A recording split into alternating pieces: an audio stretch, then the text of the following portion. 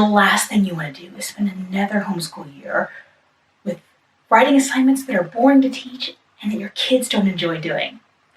So today I'm going to share with you 3 writing programs that you could do this year to add some fun and interest to your days, but that will also be fantastic for your kids. Welcome, I'm Tricia, and I have 3 kids. This is year number 12. And we've had a lot of years that writing is boring, and so it doesn't get done. Or kids are resisting because they don't enjoy it, and so writing doesn't always get done.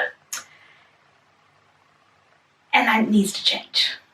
So last year I set about finding some different programs that would be more interesting, still quality, but would be fun for the kids and fun for me. I have one that's for all grades, one that is for elementary, and one for middle school. So no matter what grade level you're teaching, I've got a suggestion for you. So the first one for all grade levels is the NaNoWriMo Junior. This is the National Novel Writing Month program. And they have 4 different levels: K-2, 3-5, 6-8, and then high school, with curriculum for your students to be able to start writing a novel. Some of the activities are designed more, it's for a classroom, but they're all pretty easy to adapt. Some are a little more classroom oriented, but they're easy to adapt for your homeschool.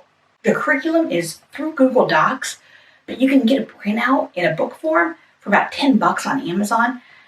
I did not do that last year, but I think I will be doing it this year. And yeah, so this program, there's 20 lessons, but not all of them are like a one-day lesson. They have you starting in October through December for their timing, which is in November. Like that's kind of when National Novel Writing Month is. But you can use this any time of year. That's just, they've designed it to go around that month. But during the month of November, they have all kinds of activities for your students. Like they'll have like virtual write-ins. So everybody hangs out together online and does their writing with some activities, that sort of thing. The program is really good, and what a fun way to apply writing to real life. And if you do it during that time of the year, when everyone else is, there's kind of an energy, through Instagram, and there's Facebook groups and Facebook pages and all of those opportunities for your students to engage in the larger world who are also participating in National Novel Writing Month. I can never say that. My middle schooler did it last year, and I'm going to have him and my younger one, who will be 5th grade this year, do it. So we'll have the 5th grade and the 7th grade. One of the curriculum is for grades 3-5, but I think I'm going to bump him up and just have both of them complete, or to do the 6th to 8th level one. I think that'll be easier for me. Now, the next one is one for elementary kids, and it's called Don't Forget to Write.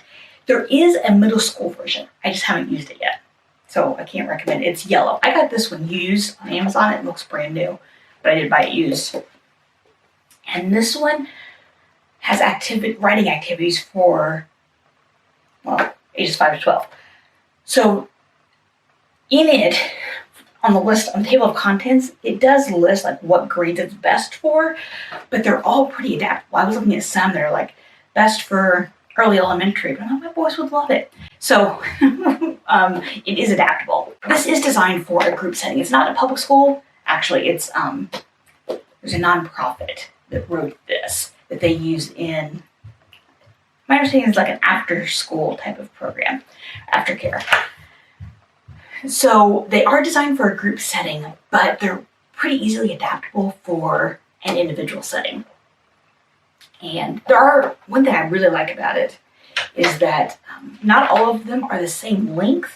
So on the introductory page, it'll tell you like how long you actually need to complete it. Now, when I was looking through it, a lot of them looked like they wouldn't take as long because I don't have a big group. So There was a couple that were like 3 sessions of 90 minutes each or whatever. Whoa, that is a lot of time. But then looking at it, I was like, oh, a lot of that's group stuff that I can see in a big setting you would need it, but in a homeschool you wouldn't. So don't be turned off by the timing suggestions in here. These are all kinds of writing assignments. There's fun poetry ideas. There's one that we're going to start off the school year with, which is called Fort Party. And so they have to build like a blanket fort or pillow fort and then write a story about that fort. So it's those kind of things. There's a spy school one. There's one where they're going to take trash and look at it from the view of like, pretend they're archaeologists, cavemen, and then I forget what the other one was. There were 3 different ways. And then write short little stories to go about this trash from those different views. All kinds of different activities that will engage kids to write in a casual, low-key way so that writing isn't intimidating. It's not like, here, sit down and write this 5-page or 5-paragraph essay. No, it's like fun little things that they can do, but they're still learning those writing skills. And most importantly, in my opinion, they're gaining confidence and not dreading writing with activities at here. So we're going to use this one this year, and then next year, if depending on how it goes, we'll get the middle school one and do it. So there's 50 activities in here, and I would say maybe 30 of them were geared for like upper elementary grades, and then about the other half, maybe 20 or so, for younger elementary, with some kind of wiggle room in there. So if you have young kids, this would be a good one to get to work through all the way through elementary school. And if you have upper elementary kids, I think this would be a fantastic add-on. And the last one I have for you is a middle school level book, and it's called The Pirate's Guide to the Grammar Story. And this one came from a viewer last year. Thank you, Amber. And last year we did it pretty casually early. This year we are going to use it more, what's the word, like more focused, more, I don't know, whatever that word is. So with this book, you'll have several pages of different exercises. So the first one is like mindstorming. So just like all kinds of brainstorming activities. And then there's what they call the raise the anchor and set sail. And that's just time for your student to write a little story. They can write about whatever they want to write about. They can use some of the stuff that they did in the previous exercise to help them. If you have a student who just has a tough time getting started with writing, this may be a tough one. You're going to need to you're going to really need to help those first few lessons until they kind of find a groove to it. But if you have a kid who loves just to sit down and write, they can jump right into this book. There are different exercises: mindstorming, being specific, setting, values, symbolism, connections.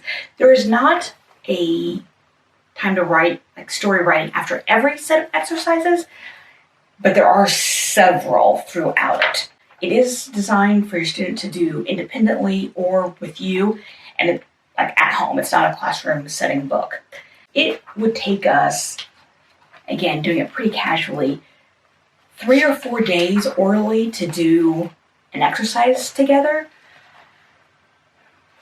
And that was with both boys contributing and the mayhem that ensues when they're laughing and coming up with crazy things. So, but if you have a student who's doing it completely on their own, they may be able to complete it at a little more timely pace than what we did. And both of those books I did get from Amazon. I think they're both on Rainbow Resources as well. And then the NaNoWriMo Junior, I just realized, I forgot to mention, is a free program. You can download it and the extra resources from their website. And if you're looking for more language arts resources, head over to the video that's on the screen, and I will see you over there.